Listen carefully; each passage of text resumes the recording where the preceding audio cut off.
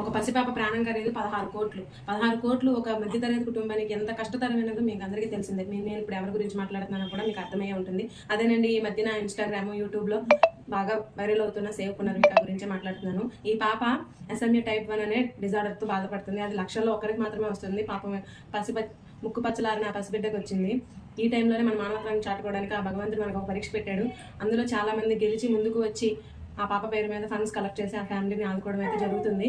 ఇప్పుడు ఆ పాప కష్టాన్ని భగవంతుడు చూసి మన ప్రభుత్వం ముందుకు వచ్చి ఆ పాప ఇంజెక్షన్కి ఖర్చు అయ్యే మొత్తాన్ని పెట్టుకుంటారని ముందుకు వచ్చింది.